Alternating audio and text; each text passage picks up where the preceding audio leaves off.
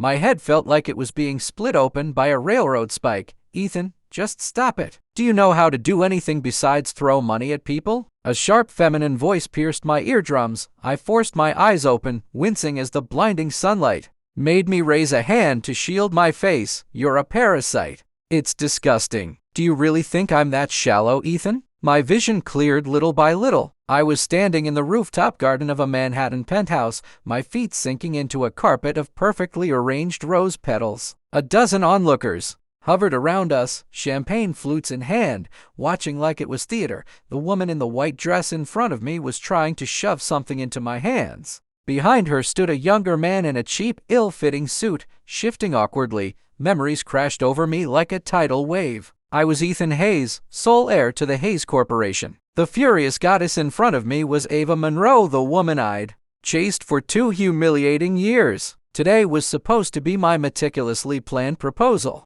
The gleaming set of keys I clutched were meant to be the ultimate token of affection, keys to this very penthouse. The man I want is ambitious, someone with substance, not some trust fund baby who leeches off his family. Her voice trembled, but her eyes kept flicking toward the keys. Behind her, the man Leo Vance cleared his throat like he'd been waiting for his cue. Ava, don't get so worked up. Ethan means well. Leo, don't you dare defend him. Ava snapped then. Her tone softened instantly as she turned to him. This place isn't bad though, and you still haven't found a job. It would be a convenient commute if you could stay here for a while. My temples pounded. The original Ethan's memories filled in the blanks. Leo was Ava's best friend from the orphanage. For the last 2 years, he'd been finishing his master's degree funded entirely by me. Christ. So the universal truth applied here too. Nice guys finish last in every dimension. I looked down at the heavy keys in my hand. This exact moment of public humiliation was the scene that had killed the original Ethan Hayes, his heart giving out from the shame. That was when a corporate drone who just worked himself to death, took his place. Don't think you can buy my affection. Ava's final shout hit me like a switch. Suddenly, I wasn't foggy anymore. I was awake. Are you done? My voice was calmer than I expected. Ava blinked, clearly taken aback. The old Ethan would have been groveling by now. I raised the keys, letting them dangle. You're right, Ava. The crowd went dead silent. Throwing money at you, it's tacky. I'm disgusting. I'm a parasite with no ambition. The keys jingled sharply, her gaze locked on them, her right hand twitching toward them despite herself. I pulled my hand back and slipped the keys into my pocket. Since you hold money in such contempt, I turned to the silver-haired man standing nearby. Arthur, suspend all financial support for Miss Monroe and Mr. Vance. Credit cards, tuition, living expenses. Cut it all off. Yes, sir.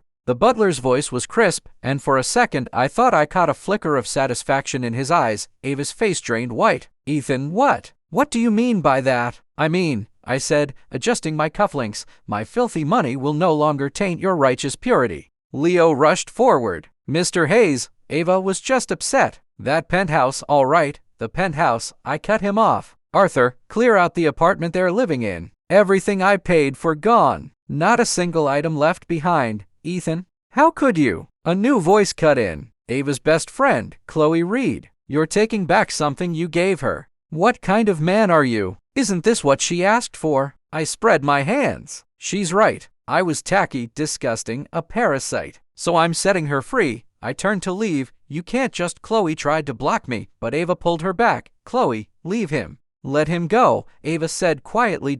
As I walked toward the waiting Rolls-Royce, Ava's voice rang out behind me, proud and sharp.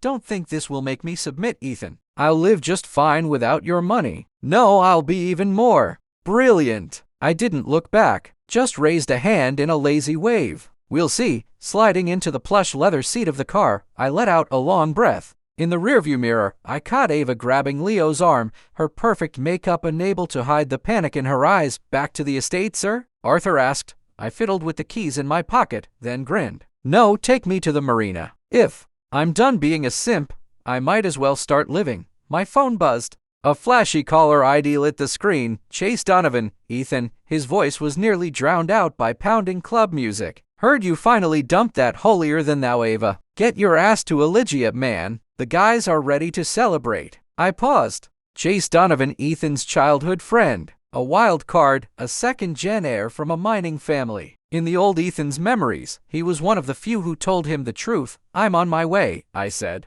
Open the most expensive bottle you can find. Half an hour later, in Elysium's VIP suite beneath a massive crystal chandelier, 3 young men in designer suits turned together, champagne guns in hand. Holy shit, he actually came. Chase threw an arm around my shoulder. Look at you, Hayes. Finally done being the world's biggest sucker. The guy with the diamond stud handed me a glass. Heard you took the penthouse keys back in front of everyone. Badass. About time someone put that girl in her place. I downed the drink, the liquid burning down my throat. That's not all. I pulled up a bank notification on my phone and tossed it on the table. Funding cut off. Completely. They crowded around. Chase let out a low whistle. Damn. Ethan. Cold-blooded. What are her freeloader bestie and that sweetheart of hers gonna do now? Not my problem. I undid my cufflinks, then frowned. Wait, how do you all know the details already? The guy with the stud looked uneasy. You don't know? Chloe Reed's been telling everyone Ava only put up with you so she could support her little brother Leo.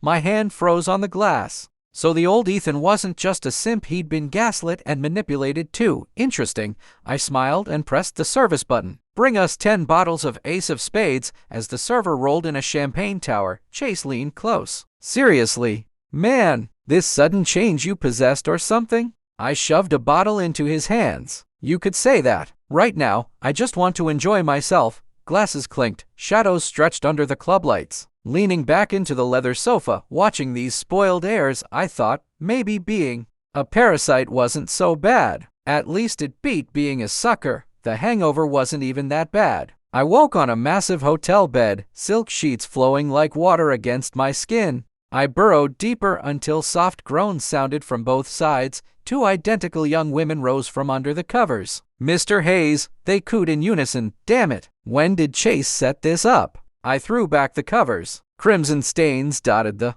sheets. Don't worry, Mr. Hayes. We won't ask for anything extra. One of them said quickly, seeing my face. Why would you do this for? I cut myself off. Mr. Donovan said if we took good care of you, he'd give us $10,000. Just 10 grand? Yes. Our mother is sick, and our brother is still in school. We need the money, and let me guess, your father's a gambling addict? Their eyes widened. How did you know? They asked in perfect unison. Called it the classic trifecta: sick mom, deadbeat dad, struggling sibling, and tragic beautiful twins. I sighed. Go see Arthur later and get $100,000. Tell him I authorized it. They stared at me in disbelief. Then their faces broke into joyous relief as they bowed their heads again and again. Thank you, sir. We'll never be able to repay your kindness. Watching them, I couldn't help but feel a grim sense of irony. I gave these strangers a mere 100 grand, and they were eternally grateful. I gave Ava millions, and she treated it like her birthright. Sir, let us repay you one more time, sir. Breakfast is ready. Arthur's voice came from outside the door. The girls had just left. I glanced at the clock. 9 o'clock a.m. In my old life, I would already have been late for work. Now it was simply the start of another ordinary day for the fabulously wealthy Dot. In the dining room, eggs Benedict prepared by a Michelin 3-star chef steamed gently on my plate. I took a sip of coffee, the rich aroma of single-origin geisha beans blooming on my tongue. From this high up, the skyscrapers of the entire CBD seemed to bow at my feet. Is all the paperwork handled? I asked without looking up. Arthur handed me a folder. Miss Monroe and Mr. Vance's credit cards have all been deactivated. The inventory of the Wong apartment is complete. The Steinway piano was delivered. Back to the main estate this morning. I idly flipped through the list. My eyes paused on one line item, women's lingerie, 32 sets. It seemed Ava hadn't even had time to pack her underwear. Interesting, I murmured, closing the folder. She was so full of pride yesterday. Outside, a yacht glided across the river, sparking a memory. By the way, that boat I have. Is it still at the marina? Yes, sir. It hasn't been used in 3 months. We're taking it out this afternoon, I said, slicing into a poached egg. The golden yolk spilled luxuriously over the English muffin. Call Wyatt Sterling. And the guys. Arthur hesitated. Your father mentioned the board meeting next week. Tell him I'll be there, I said, wiping my mouth. But not right now. Ava Monroe stared at a patch of mold on the wall. The damp air reeked of cheap disinfectant, and the shouts of vendors from the street market below bled through the paper-thin walls. Ava, this month's rent. Leo held up a crumpled eviction notice, his voice trailing off. She snatched the paper. The number on it made her head throb. It was less than what she used to spend on a single jar of face cream. What are you afraid of? You think we can't survive without him? Ava crumpled the notice and tossed it into the trash. Money is the root of all evil. The only clean money is what you earn with your own two hands. Leo stared at his cracked phone screen. But my tuition. He thinks he can buy everything, even dreams. Ava's voice rose like she was announcing it to the entire building. But when she turned, her eyes met the moldy wall again, and her voice dropped. Instinctively, she reached toward her vanity table, only to meet empty air. She had forgotten her cosmetics were gone, not even her favorite Lomari cream left behind.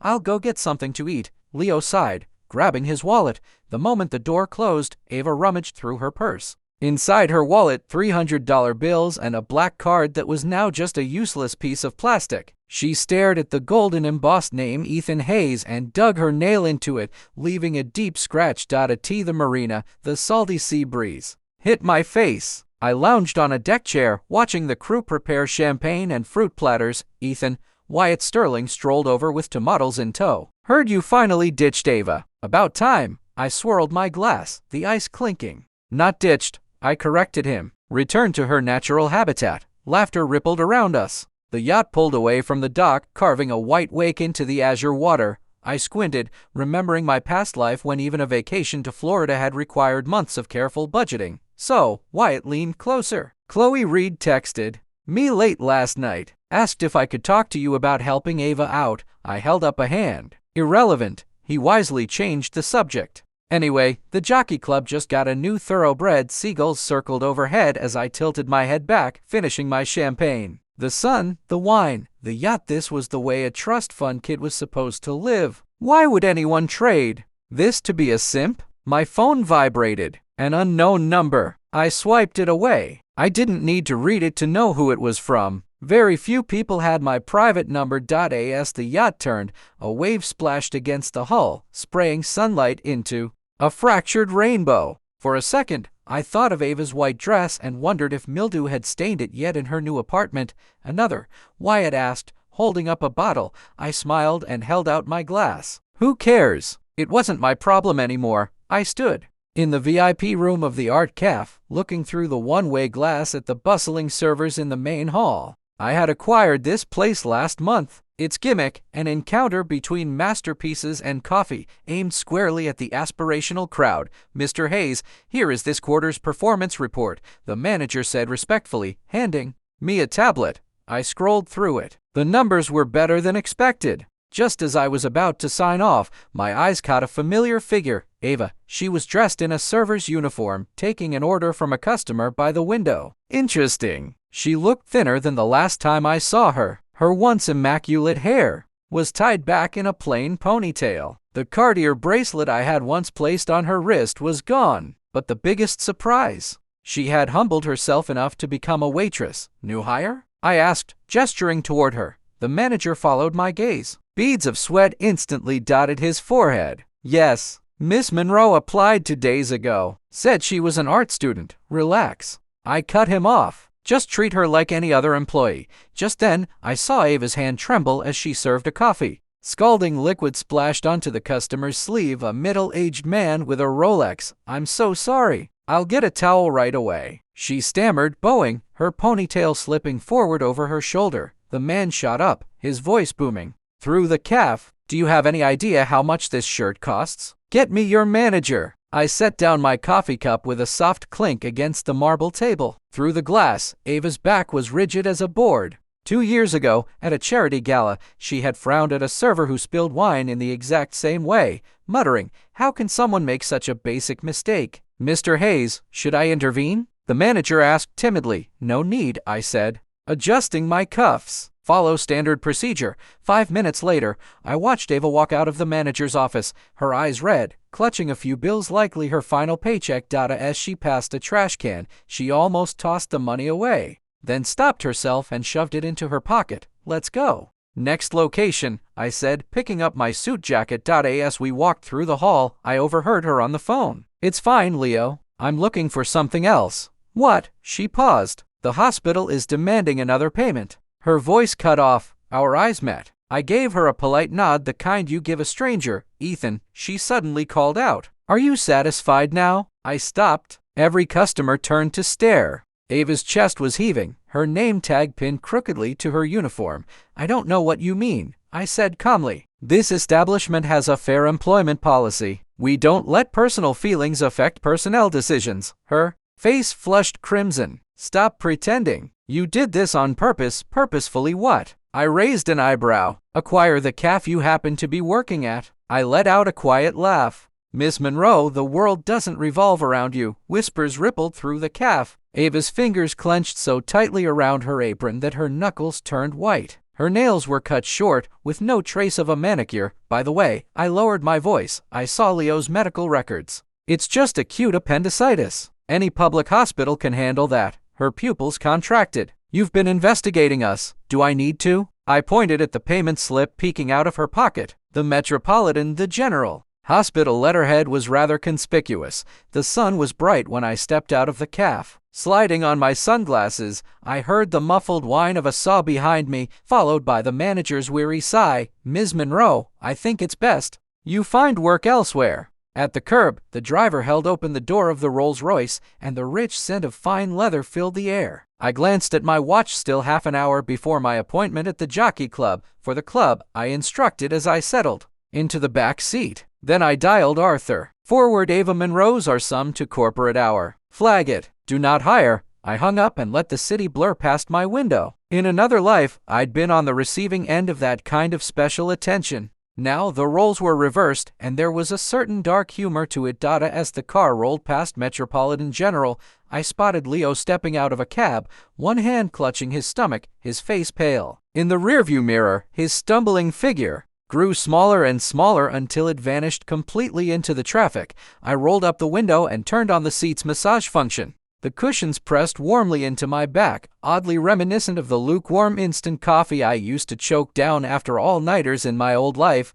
Later, in the cigar lounge of the Jockey Club, I was playing Texas Hold with Wyatt and the others. I'm in, I said, pushing forward a stack of chips. Wyatt lowered his voice. Hey, Ethan, Ava's been asking around about you. I flipped my cards without changing expression. Straight. A collective groan circled the table. Wyatt shuffled, continuing. I heard her childhood sweetheart's in the hospital. Post-op infection from appendicitis. Wyatt, I cut him off. We don't talk about that at the table. He fell silent. I knew what they were thinking. These guys were betting on when I'd soften up.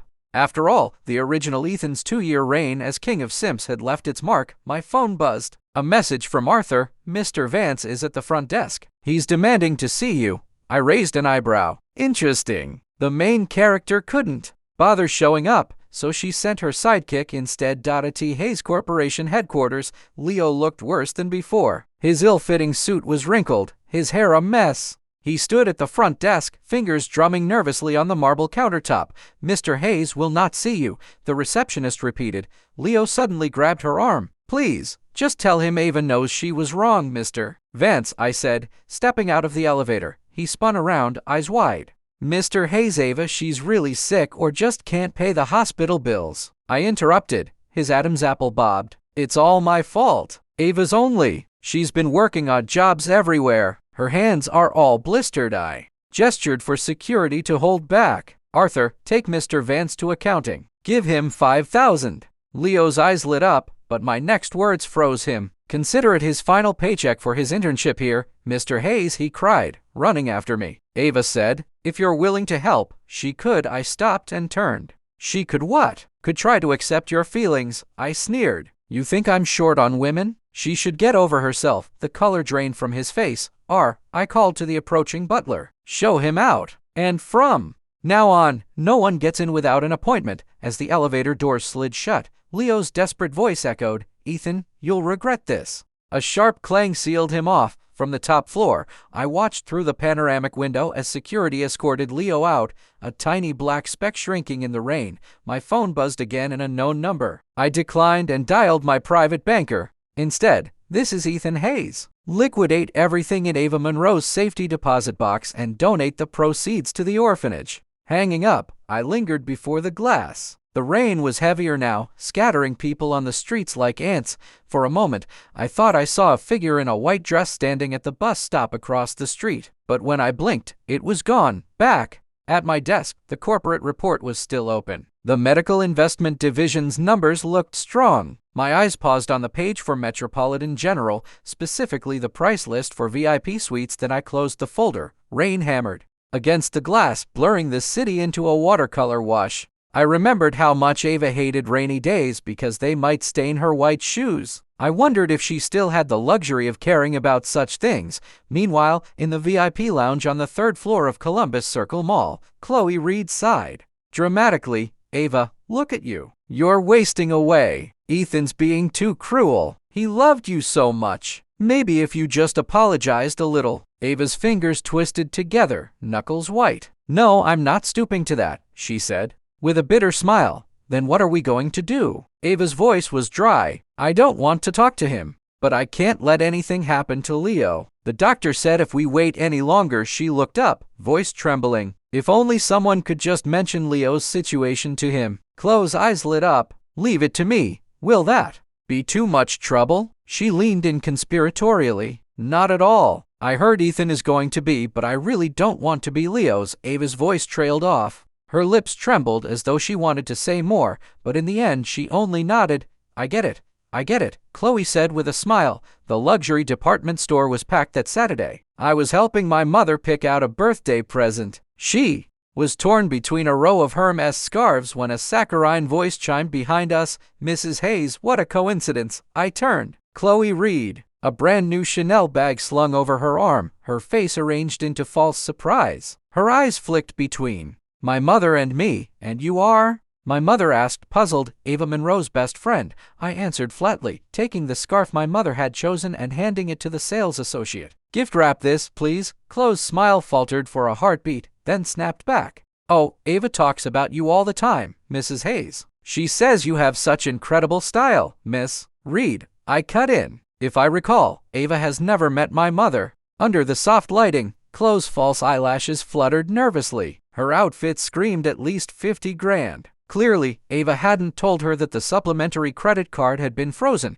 Ethan, Chloe whispered, leaning closer. Ava's had a high fever for days. She keeps calling out your name. I motioned for the associate to escort my mother to the VIP lounge. Then I fixed Chloe with a stare. What's her temperature? Did you run a blood panel? What antibiotics is she on? Her mouth fell open, manicured nails biting into the strap of her purse. Even when you lie, you should make it believable, I said with a soft laugh. Ava just posted her marathon medal on Instagram last month and now she's suddenly delirious? Chloe's face drained from red to white. Her Chanel slipped from her arm. As she scrambled to pick it up, I caught sight of the poorly blended foundation on the back of her neck. Ava's been having a really hard time, she stammered, desperate. She's a wreck. The truth is, she's always had feelings for you. She's just stubborn. I laughed, a sound that made her shiver. Oh, a hard time. Didn't she despise my money? Let her keep her pride then all the way to the end. She cares about you. She knows she was wrong. She's just too proud to admit it. She cares about me. I cut her off. Tell her to save it. The only things she cares about are her reputation and Leo's hospital bills. What's that got to do with me? Ethan, she's really Miss Reed, I said, waving a dismissive hand. Do you know why Ava sent you instead of coming herself? She blinked. Because she has slightly more shame than you, I finished. Then added, and a word of advice, don't be someone else's pawn without realizing it. That's not it. Ava didn't send me. I just saw how miserable she was. Enough, I snapped. My patience is gone. This has nothing to do with me. What an idiot. It was always like this. Ava would let out a delicate sigh escaped me. And then, as always, this woman came running to play mediator. The old Ethan had fallen for it time and time again, even rewarding Chloe for her so-called help. Ava got to keep her money and her pure, innocent image. What a scam. I was just trying to help, Chloe stuttered, taking a step back. Tell Ava if she wants money, she can come ask for it herself. I turned and walked toward the VIP lounge, where my mother was just emerging. She cast the stunned Chloe a curious look. What's wrong with that young woman? She looks terribly pale. She probably just realized, I said, taking the beautifully wrapped gift box, that some things never belonged to her in the first place. Near the Starbucks on the ground floor, a familiar flash of white disappeared into the crowd. I squinted, but the crush of people was too dense to find her again. What are you looking at? My mother asked. Nothing, I said, turning away. Thought I saw someone I knew. She gave me a knowing look. Was it that Miss Monroe? I only smiled. The elevator arrived, and the Rolls-Royce's headlights gleamed in the underground garage. As the driver opened my door, my phone buzzed. It was an invitation from the Jockey Club for a charity auction next week. Thinking of all the jewelry from the safety deposit box that had already been donated, I felt a flicker of curiosity. I wondered if Ava could still afford to wear her favorite brands. The next afternoon, Chloe sent Ava a curt text. He was too busy. Didn't get a chance to talk. Then she immediately muted the chat. Ava stared at the message, her finger hovering over the screen for a long time before she finally gave up. Outside, the landlord was supervising a locksmith as he changed the locks. From the other room, Leo's hacking cough echoed. Ava slid down to the floor, burying her face in her knees. The once adored Ava Monroe was now being ignored by her own best friend. A T Metropolitan General. Leo, delirious, grabbed Ava's wrist. The medicine. Ava looked at the empty pill bottle, then at the pile of overdue hospital bills stacked in the corner. She bit her lip, her gaze falling on Leo's pale face. Leo, she whispered, brushing the damp hair from his temple. If only Ethan would still help us. A flicker of something passed across Leo's face. He's so cruel now. Ava's voice dropped, but her words came out as if spoken to herself. We can't wait any longer. I heard there's a charity gala tomorrow night paying top dollar for temp servers. But no, I can't. I think Ethan is going to be there. I don't want to see him. She stood, determined. I'll get a job at Elysium. The pay is good, but that kind of place. Don't worry, I can take care of myself. Watching Ava mutter to herself, Leo made a decision. The next morning, he dragged his sick body out of bed. At the charity auction gala, I was chatting with a few investors when a server stumbled, spilling a tray of champagne all over my suit. The cold liquid soaked instantly through my sleeve. I'm so sorry, sir. The young server fumbled for a napkin. When he looked up, our eyes met. It was Leo. He was even thinner than before, the ballroom's chandeliers throwing his face into a ghostly pallor. The uniform, which should have been fitted, hung off his frame. Mr. Hayes, he stammered, the tray tilting dangerously. The event manager rushed over, seizing Leo's arm. What is wrong with you? Do you have any idea how much that suit costs? I waved him off and handed my jacket to another server. It's fine. An accident. Leo's eyes widened as though he couldn't believe I'd let him off so easily. I turned to leave, but a loud thud made me stop. Leo had dropped to his knees on the marble floor. The entire ballroom went silent. Mr. Hayes, I'm begging you. Leo's forehead nearly touched the ground. Ava, she's going to start working at a nightclub. A collective gasp rippled through the crowd. I frowned down at the young man who once had such promise. Get up, I said in a low voice. Don't embarrass yourself here. The manager motioned for security, but I raised a hand. Give me 5 minutes. In the private lounge, Leo immediately collapsed to his knees again. Tonight's the deadline. The hospital said they're going to stop his medication if we don't pay. Ava, she contacted a club without telling me. I poured myself a whiskey. Just a little money, he pleaded, pulling a crumpled paper from his pocket. This is an I.O. I swear I'll pay you back. Leo, I cut him off. Do you know why Ava would rather go to a club than come to me? He shook his head, sweat dripping down his temples. Because she knows, I said, taking a slow sip, that I'm far crueler than any nightclub owner. The glass caught the light cold and sharp. Leo erupted into a violent coughing fit. Clutching his abdomen, your post-op complications haven't healed, have they? I pulled out my checkbook. I can give you enough to clear your medical debt, but on one condition. His eyes lit up, only to dim at my next words. The condition is, I tore the check carefully. From this day forward, you cut all ties with Ava Monroe and you tell me everything you know about her. Leo's fingers dug into his knees. The antique clock ticked loudly, each second stretching into eternity. After 3 long minutes, he reached out and took the check. Actually, his voice was barely a whisper. She took my emergency funds last week. I smiled, waving the check slightly. One more answer. Back at the orphanage, how did Ava handle the donors? His pupils contracted. Finally, in a low voice, he admitted she would string several of them along at the same time. Whoever gave her the most, she'd be sweetest to them. Good. Very good. I smiled. I'll call the hospital and have them put the bill on my account. Now I paused. You can get the hell out. Thank you, Mr. Hayes. He scrambled out like a man pardoned from death row when I stepped back into the hall. The manager hurried toward me. Mr. Hayes, that server ran out the back door. Should we call the police? No need, I said, adjusting the sleeve of my fresh jacket. He won't be back. It was late when the gala finally ended. As the driver opened the Rolls-Royce door, a commotion erupted down the street. Through the rain, I saw a familiar figure in white being shoved into a black sedan. Ava's face, pale as paper, flashed in the window before the car sped off. Should we follow them, sir? The driver asked. I looked away. Go home. Later, in the cigar bar of my private club, I was discussing a family trust with a Swiss banker when Arthur approached, his expression strained. He leaned in. Sir, Miss Monroe is at the front desk. She says it's an emergency. I checked my watch. 10:30. Showing up at this hour was never a good sign. Let her wait, I said, turning back to the documents. Tell her I'm in a meeting. The Swiss banker glanced curiously at the door. 20 minutes later, as we exited the room, the scene at the front desk froze everyone in their tracks. Ava stood there in a thin white dress completely wrong for the season. I recognized it instantly. It was the dress she wore the first time she'd agreed to go shopping with me, a trip that had cost me 6 figures in handbags. Now, the fabric hung loose on her skeletal frame. Her face was caked with makeup, but it couldn't hide the exhaustion. A small cut at the corner of her mouth was scabbed over.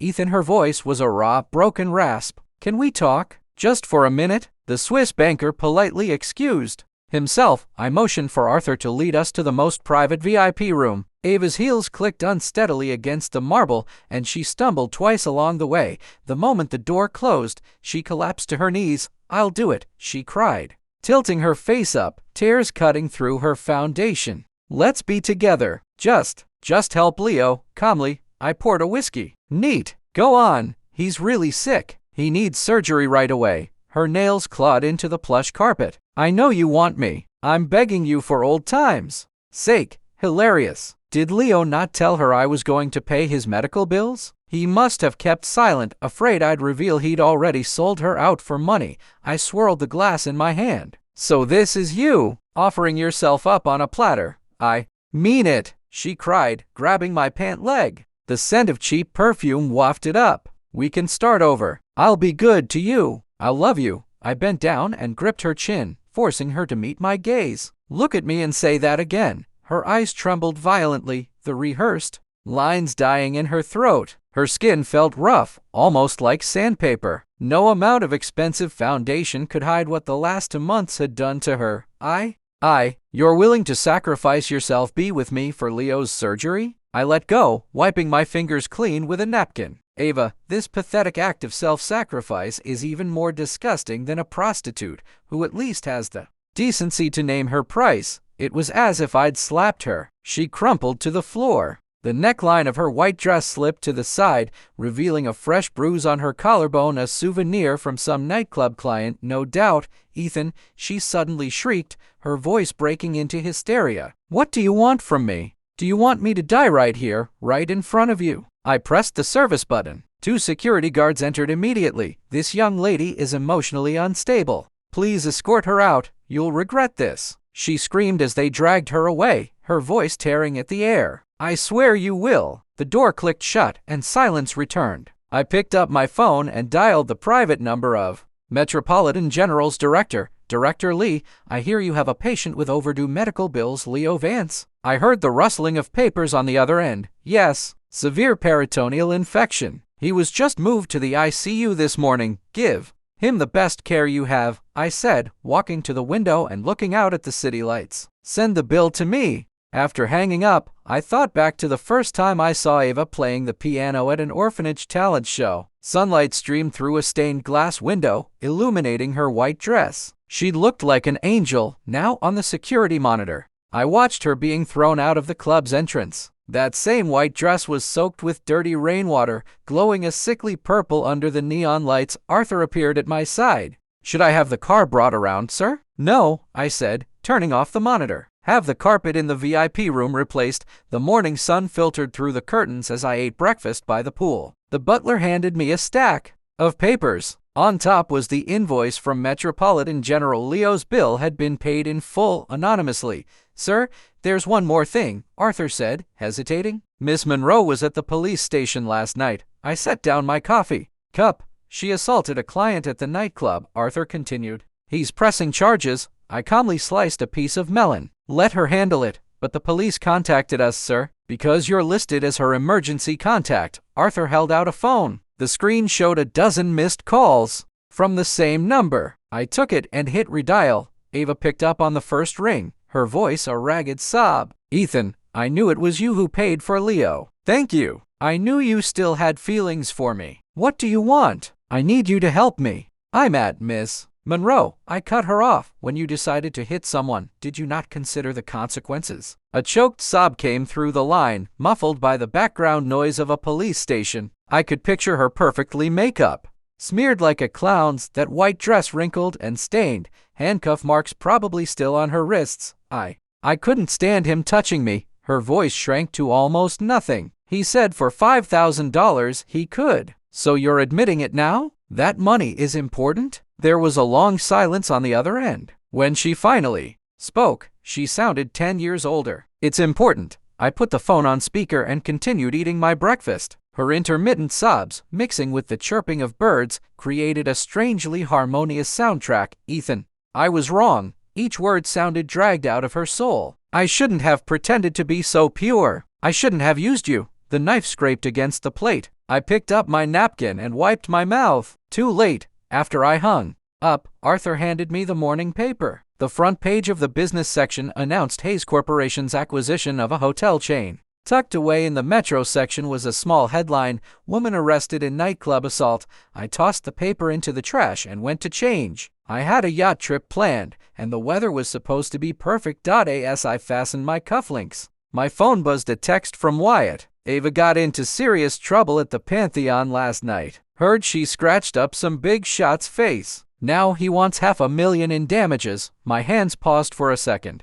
I texted back, "Not my problem." The sea breeze hit my face as the yacht left the marina. I stood on the deck, watching the coastline recede. My phone kept vibrating in my pocket, but I ignored it. Once we reached international waters, I took a container of premium bait and tossed it into the deep blue sea. "Sir?" the captain asked, puzzled. "Wasn't that?" "It's nothing," I said, walking toward the fishing rods. "I feel like catching something big today." The fishing line arced silver in the sunlight. I remembered the first time Ava went to the beach, how she'd refused to get off the boat, terrified of tanning. Now she was probably curled up on a cold bench in a holding cell, where sunscreen was an unimaginable luxury. The rod bent sharply. A massive tuna leapt from the water, its scales flashing like polished metal. I tightened my grip, feeling the desperate struggle of a life clinging on. Just like some people, who even at rock bottom still foolishly hope a life raft will appear. 3 months later, on my yacht in Monaco, I received an email from Arthur.